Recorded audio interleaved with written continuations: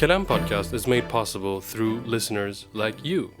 If you enjoy listening to Kalam, please subscribe to the show in whatever podcast application you're listening to right now, and please give us a rating. It helps other people find out about us. And if you'd like to support the show with a small donation, consider signing up to Kalam podcast on Patreon for just $3 a month. In addition to supporting the show, you'll gain access to lots of great bonus content. Go to patreon.com and search for Kalam Podcast, or go straight to patreon.com/Kalam Podcast. That's patreon.com/Kalam Podcast. Now, on to the show.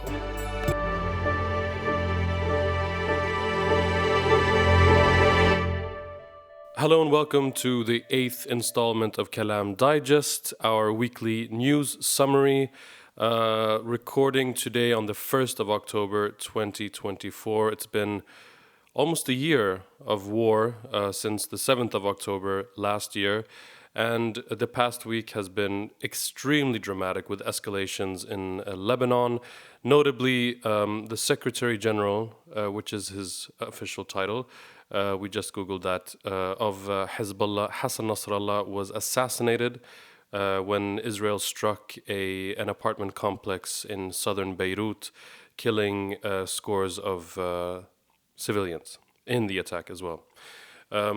This is one of the most dramatic assassinations Israel has ever carried out, the reverberations of which will be felt probably for, if not years, decades, maybe even generations. Before we get into all that, I'd like to welcome my partner in crime, Sam Karlshamner, to the show. Welcome. Thank you, Edgar. Before we get into Lebanon, I should mention also that last night the ground invasion began. Israeli troops are now in southern Lebanon, conducting a small-scale, at the moment, ground invasion, it seems, but it's likely to escalate in size. But before we get into Lebanon, let's just mention some other pieces of news. While the Israeli army is invading southern Lebanon, it continues its sort of invasions, sort of temporary invasions or incursions or raids in the West Bank. So the Balata refugee camp outside of Nablus fell victim to one of these raids just the other day. Sam, what happened there? As you said, it's part of an ongoing pattern where Israel invades areas in the West Bank, which are perceived, and probably rightly so, to be centers of the resistance against Israel. Balata is one of those. Same thing with Tulkarem and some other locales in the West Bank. This was ongoing overnight. The last I heard was just one dead, but might be, of course, much more. But this is mostly just to point out that the repression and the attacks and let's call it a war, which it is, in the West Bank is ongoing, just as we focus on Lebanon for obvious reasons. It doesn't mean that Israeli attacks on the West Bank or on Gaza, of course, have been or will be diminishing or decreasing, most surely. Yeah, and sort of in related news, as you say this, the airstrikes on Gaza have not ceased at all. What are the latest figures in terms of casualties from Israeli airstrikes in Gaza? Last I heard from yesterday was 12 killed in an airstrike on a school, and at least 7 killed overnight in an airstrike in Gaza. So it's hard even to keep track of how many people are killed ongoing. It's just the numbers keep adding. And was that from the last 24 hours? Yeah, 7 is from the last 24 hours, and a dozen was from the day before. This is what I've just gleaned recently. Yeah, it's important to remember as we go into our main story. So, Israeli troops in southern Lebanon, reminiscent of 2006, but maybe even more reminiscent of 1982, when Israel invaded all of southern Lebanon, all the way up to southern Beirut. This time, it seems maybe they have a different strategy, a different plan in terms of where they invade from, etc. But it's all quite hard to grasp the sort of military strategic aspect of it all because of military censorship in Israel. Yeah. But if we start somehow with the death of Nasrallah, which I think was the biggest piece of news last week, or maybe even all year, to be honest. Yeah. What's your take on his death, Sam? I mean, first, do you have any idea of how they managed to do it? I mean, it seems, as we talked about last week, that this is probably connected somehow to the strikes on the pagers, because it helped them reveal a lot of locations for leadership in Hezbollah. So I would guess that it's probably part of the same kind of let's say surveillance operation. But exactly how they managed to do it is beyond my knowledge. But as many people have pointed out, this is a huge blow against Hezbollah, partly just because, let's say, if we look at Hamas, for example, of course, the leadership is important, and the leaders are, usually influential persons, but they have much more of a collective leadership strategy historically, mostly because, or to a large extent, because they know that their leaders will be getting killed all the time. They're used to that. And of course, Hezbollah leaders are also murdered or killed in combat, so it's nothing new per se, but they have not been used to this kind of targeted assassinations of their top leadership. So I would say this is a huge blow. Just that Hassan Nasrallah is an immensely important person, or was, for Hezbollah and for regional politics. He was one of the people who founded Hezbollah back in the 80s. So this is not just some a third generation current leader or something. This is a major person in the history of the organization per se, and also, of course, because it shows the world how weakened they've been by the last couple of weeks, the attacks. This isn't supposed to be possible, even though everyone knows that Israel has a very strong security and surveillance apparatus. Being able to just find his location and strike him is impressive, might be the wrong word, but it's shocking. It's It something is that shocking. Yeah. is it's also a proof that they are weakened, and they are very vulnerable at the moment. Yeah, of course. That's important to remember. Shock and awe is definitely a term that comes to mind. Should we say something about what Hassan Nasrallah means to countless Lebanese people and beyond? I mean, no matter, let's point out that the West considers him, many Western countries consider him a terrorist or the leader of a terrorist organization. For many Lebanese people, he is kind of a protector. I mean, for many Shias, many people in the south, been the one who's protected them and built up entire neighborhoods after bombings by Israel in 2006 specifically. Yeah. And he has been kind of crowned the liberator of southern Lebanon, and much of when Israel retreated from southern Lebanon in the year 2000, Mm. a lot of that was attributed to him and his sort of guerrilla style resistance.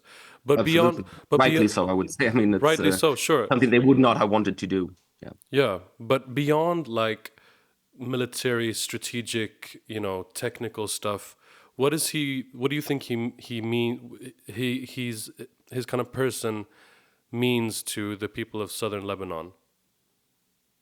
I mean, so we have to talk about Nasrallah from many different perspectives. One perspective, of course, is a lot of people also hate him, despise him. Yeah, And I mean, it's huge parts of even of Lebanese society would consider him to be like an enemy of the state, almost. yeah, Specifically, Christian conservatives or pseudo proto-fascist movements like Kataib, etc. But also, I think more like a lot of more moderate conservative or liberal people would say that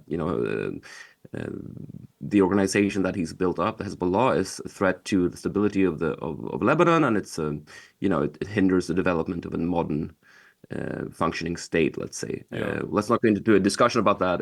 I think we were going to make a Kalam Shorts episode specifically on the history of sectarianism in Lebanon, yeah, but just suffice to say that he's not generally embraced by Lebanese people or by people around the region. But for Shia Muslims generally, and specifically in Lebanon, he's a hugely influential figure. Not that even, of course, all of them necessarily sympathize with Hezbollah politically, or with Islamism, but he is part of that generation which built up kind of the Shia sect or the Shia ethnic group in Lebanon as an independent force, which was to be reckoned with and which finally basically got its due in terms of influence over the state and economic opportunities, etc. I mean, still today, the Shiites are probably the most economically, let's say, vulnerable group in Lebanon. But as you said, he's built up. I mean, not him, but Hezbollah and Amal and etc. The Shiites political organizations have built up much more of a social security net, a social kind of Yeah, structure to support ordinary Shiite working class people. And this, of course, gives them an importance and gives him a symbolic importance far beyond the reach of like let's say the narrow idea of Hezbollah as other terrorist organization that hates Israel. yeah, In the West, you would normally only hear about them in that context. yeah, It is a state within a state to a certain extent, and for many Shiites, it's rightly so. sure. The sectarian system means that uh, having a state within a state is kind of part of what it means to be a strong group inside the Lebanese state structure. And for many Shiites, Hezbollah was the party that managed to achieve that for them. Yeah, and I think we shouldn't either underestimate the cultural, religious significance of him as a figure. Yeah, When I've been seeing videos in southern Beirut and other parts of other Shia strongholds in Lebanon where people, uh, as they found out that he had been killed, went out and wept in the streets yeah, in spontaneous kind of expressions of sorrow. And not for a second do I think that this is staged. It's not not North at all. Korea. I think it's quite genuine because the shock is so huge because it's like murdering a president. Absolutely, It's yeah, on it's par with that. parallel. I don't think there may be three other political figures in Lebanon today of whose murder might incur the same kind of reaction. But probably he would incur the I would say most no one kind of. comes close, actually. Yeah, I would say, I probably, mean, yeah. But I yeah, mean, for the if Jaja was murdered, or if Aoun was murdered for the Christians, what that would mean. But I think Nasrallah absolutely, even more. I think even more so. honestly, in beyond his own community. Then we should also and yeah Absolutely, as you said, it's important to point out that basically every sect in Lebanon, every religious ethnic group has this kind of some kind of leadership figure. yeah, You have you have like the Druze have their family and their leading figures. But I mean the Jumlats. I mean yeah, if Jumlat was murdered, of course the Druze would be a huge uproar. yeah, But I would say, as we just talked about, the thing with Nasrallah is he has that position within his own, his own ethnic group, but he also has this huge, I mean, this much bigger symbolism of being like the first leader who managed to give them kind of that, you know, kind of gave them their due position within society. yeah, The other people are more like leaders, of historical sects or nations within the nations. Let's say he's also kind of a revolutionary hero somehow. yeah.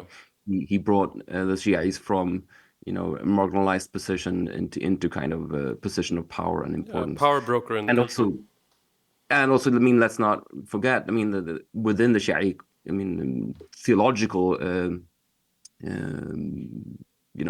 tradition, there's also this huge emphasis on martyrdom and Yeah, the martyrdom of Hassan and Hussein, etc. So you have this Imam historical Ali. precedent of exactly you have this historical precedent of your leaders getting killed. That's Yeah, a very symbolic, important thing, yeah, and every time it happens, it's something that gains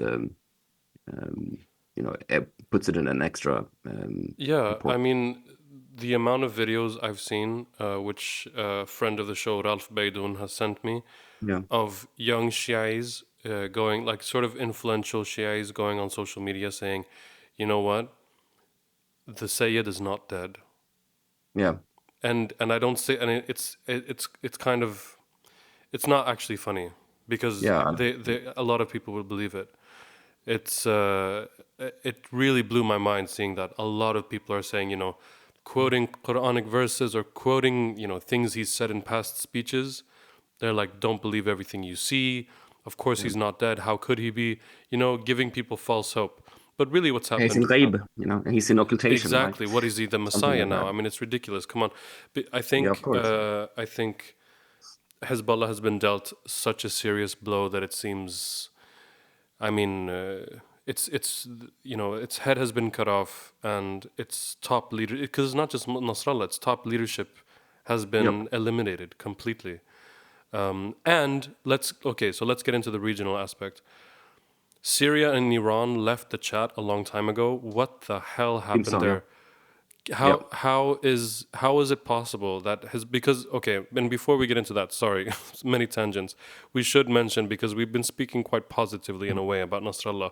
Nasrallah, without Nasrallah and Hezbollah, Bashar al-Assad would have been toppled. We don't know if Syria would Of have been course. worse off. I can't imagine how it would be, but Hezbollah saved the butcher of Syria, Bashar al-Assad, and for that reason as well, Yep. he's despised not just by his ideological and religious opponents. He's despised by anyone, who's a fan of a free Syria or who supports sort of Yep. human rights in that country. But Absolutely.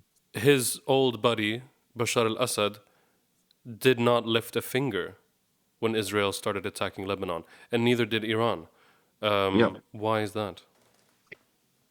Uh, uh, uh, these are very, very complicated and difficult questions, of course. I would say for Iran, I'm not so sure if they're still in some kind of, they're doing some, of course, there are contacts between Iran and the US.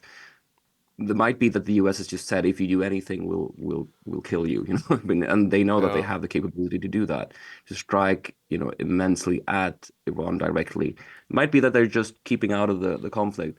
With Syria, I would say, the Assad tradition is to, you know, uh, you leave your allies behind, the minute it suits you.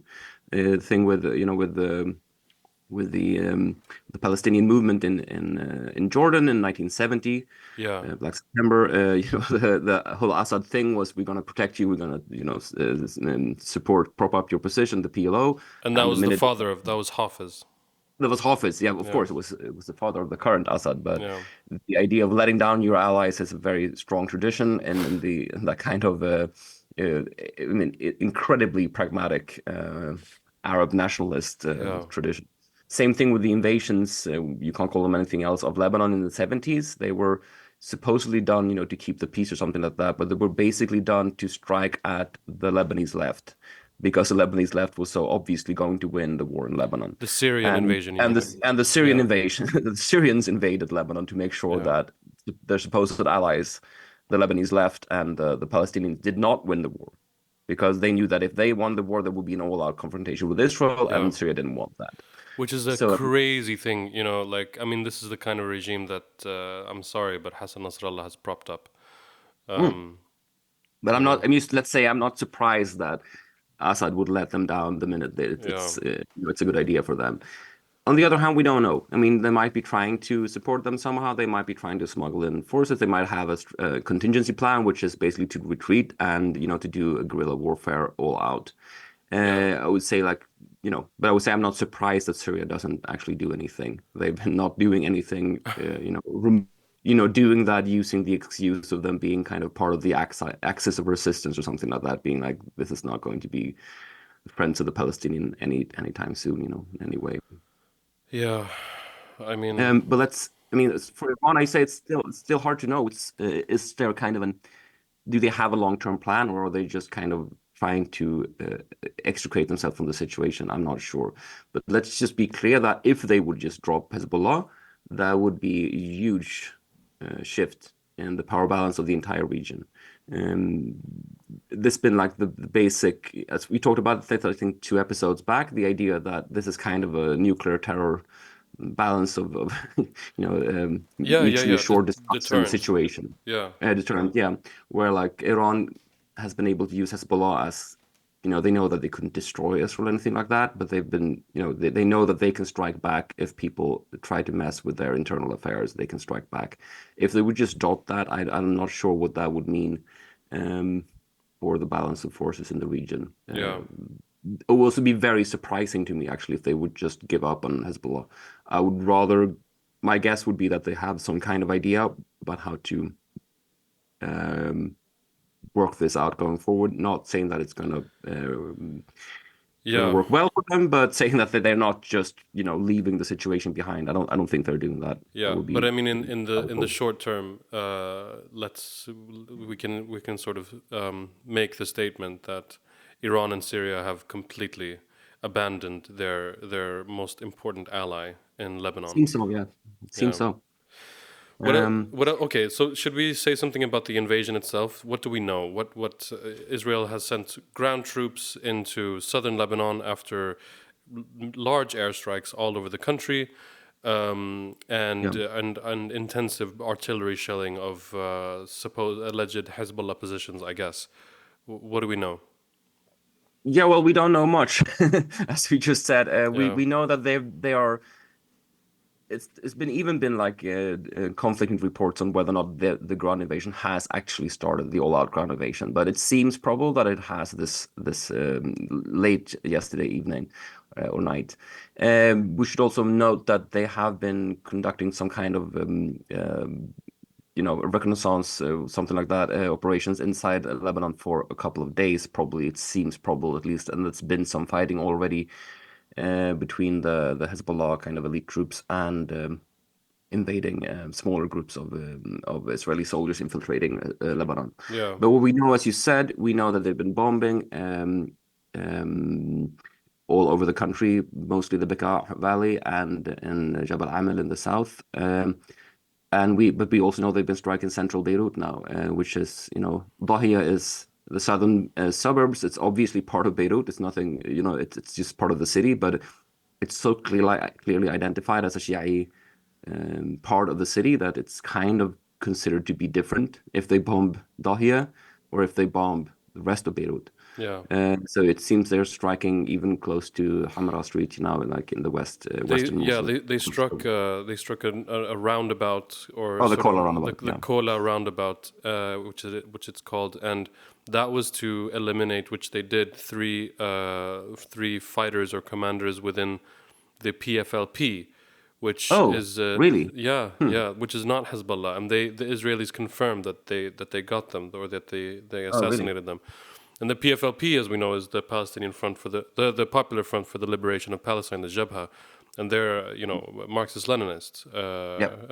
organization. They're very not Left Hezbollah, wing, although very much not a. they're pragmatically right now they're fighting alongside Islamist Of course. organizations. But But in the just to 80s, they were say killing each other exactly outright, having in a Lebanon, civil war basically in famously, Lebanon. but But of course, but the but just TFLP is strong, and the DFLP are strong within the camps, the Palestinian refugee camps in Beirut and around Lebanon. So yeah, it would but make just to sense if say they're that also trying to strike at Palestinian organizations inside Lebanon as well. yeah, but I mean, when Israel says that they're waging a war against Hezbollah, they, fail to, uh, They're waging war on anyone they don't like in Lebanon, yeah, let's say that, and basically. Of let's be real against civilians. But it's interesting what you said. course. I mean, when you said it's hard to know whether the ground invasion has begun or not.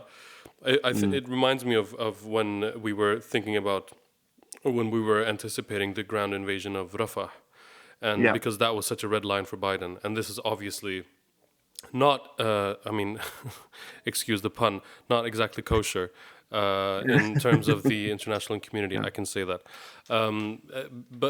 this invasion of Lebanon. So I think it's in Israel's best interest to keep us a bit confused about, I like, think so has as it well. Yeah. begun, has it not begun, and that is why several news organizations in Sweden and across the world have not used the word invasion, and they're using the word, ground operation, or limited raids, limited, something like that. And it just, if we do a small media critical segment in this episode, I mean, why not say the same thing about Putin? Uh, It's comical how similar it is to Putin uses the word. No, it's not a war. It's a special military operation, yeah, and this is like the West just goes along with it. Like, okay, so the war hasn't started. It's just a special military movement going Yeah. on. It's like, It's why would like you use this? It's a war. why Everyone knows you this. might as well, read from a press from an IDF press release. Why Yeah, use your I own know. brain at all? It's ridiculous. Yeah, I mean, just the parallels that you said, the parallels to Ukraine is they're so glaringly obvious. You would think as a journalist, you would be kind of embarrassed when you're like, oh, I'm gonna write that this is, a limited military It's ridiculous movement. because It's like, why would you do that? You know how this looks to yeah, anyone who can read, exactly, exactly. And I think, I mean, the insistence from most Western media organizations, and rightly so, to every Hmm. time you mention what Russia is doing in Ukraine, you say full scale Yeah, invasion. You have to say those three yeah. words, otherwise you will be War ostracized. of aggression. You Exactly. have to use these Yeah. phrases, right? And rightly so. I think we should Yeah, do that, of course. because I Yeah, think a lot of people do fall into the trap of kind of becoming a tanky in the situations when you're like, yeah, well, okay, if you're not going to call that like an invasion, then I won't call Russia, like a tit for tat kind of yeah, thing. No, they're both fucking invasions, and they're yeah. Of both course, breaking international law, and they're both absolutely. killing scores of civilians when things could be resolved on the negotiating table. Absolutely. I mean, yeah, it's just yeah. Why as a leftist or like any kind of progressive person would draw the conclusion that since Israel gets away with this, I should let Yeah, Russia get away with whatever they're doing. I have no clue, but this is a yeah, strong tradition in the U.S. specifically being like, oh, the U.S. is for something, I have to be against it, yeah, yeah, and yeah. It's I don't know, so silly. but yeah, makes no sense to me. So Yeah. let's just leave that behind. But yeah, I mean the extent to which Western media are just going along with whatever the Irish the Irish the Israeli occupation forces use, as Yeah, their preferred nomenclature. yeah. It's insane. I can't It's it's not baffling. it's not about politics per se. It's about as a journalist. Yeah, I wouldn't really care about the politics of it. I would just be this is embarrassing to me exactly. as a journalist. Yeah, Like yeah, yeah. everyone sees through this. I mean, it's a matter of Um, integrity, isn't it? exactly. That's Press what I'm trying to ethics say. and integrity. Well, You need to have some kind of self-respect, if you're going to work on a serious news agency. It's I mean, as clearly I not. mean, you do say that, and I mean, separate from all these issues, I think we journalists do have to have. I mean, I said this the other day when someone was asking me about journalism and just in general. I said it's what's it called? It's a profession where you have to have at the very same time the most Mm, amount of personal integrity and the mm. least amount of personal integrity because you have to do I things feel in it. this job that are like, if you're working in parliament, for example, you have to, run around. They call them parliament rats in Yeah, yeah, Swedish slang. You have to run around and try to get like a comment from someone, almost like physically harass people. And yeah, if you're a foreign correspondent or reporting on foreign countries that are, people in Lebanon right now, people, you might not get a lot of sleep. You might be sleeping on mattresses in some weird apartment, just to get at the mm, story. So I would say it's kind of a combination. But if you're sitting in a fucking newsroom in Stockholm with a warm cup of coffee and all of the comforts of Western yeah. life, then I think that the integrity that you search for is it's right in front of you. You just have to Yep. grab it. Anyway, with those words, That's a should we? piece of advice for our colleagues out there, Yeah, or your colleagues. I would if say I'm anyone not a if journalist, anyone's listening. never been. Yeah, exactly. Yeah, it's again, But it's yes, I not mean about it's so yeah. it's So not let's about just say that we individual. know that there's a ground invasion going on. Yeah, It's yeah, somehow creepingly moving forward, and so we have to see over time now is it going to be an all-out attack?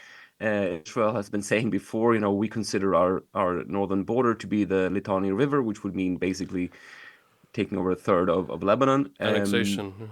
Applying that permanently, I would say that's not so probable, but also if they just make a very temporary kind of limited incursion, that's not going to solve their issues. I mean, Hezbollah is Yeah, going to be back in a couple of days, and yeah, so they still have they have an immense pressure, domestic political for pressure sure. inside Israel.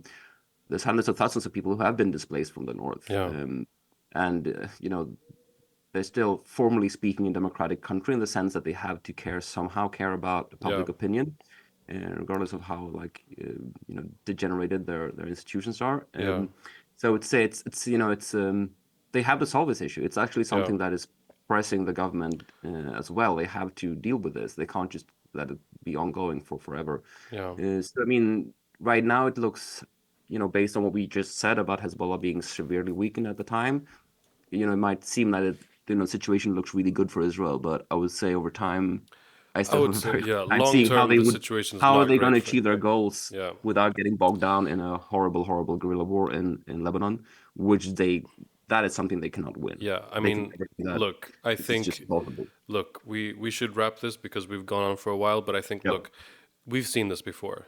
Yeah. In Vietnam, two major powers tried to do that. In Iraq, Yeah. in Afghanistan. I mean, we all know, we know how this story ends. So It doesn't end well for whoever's trying exactly. to do pacification. Yeah. With that, Um, thank you everyone for tuning in to the eighth installment of Kalam Digest, and thank you Sam for joining me. and thank you, Edgar.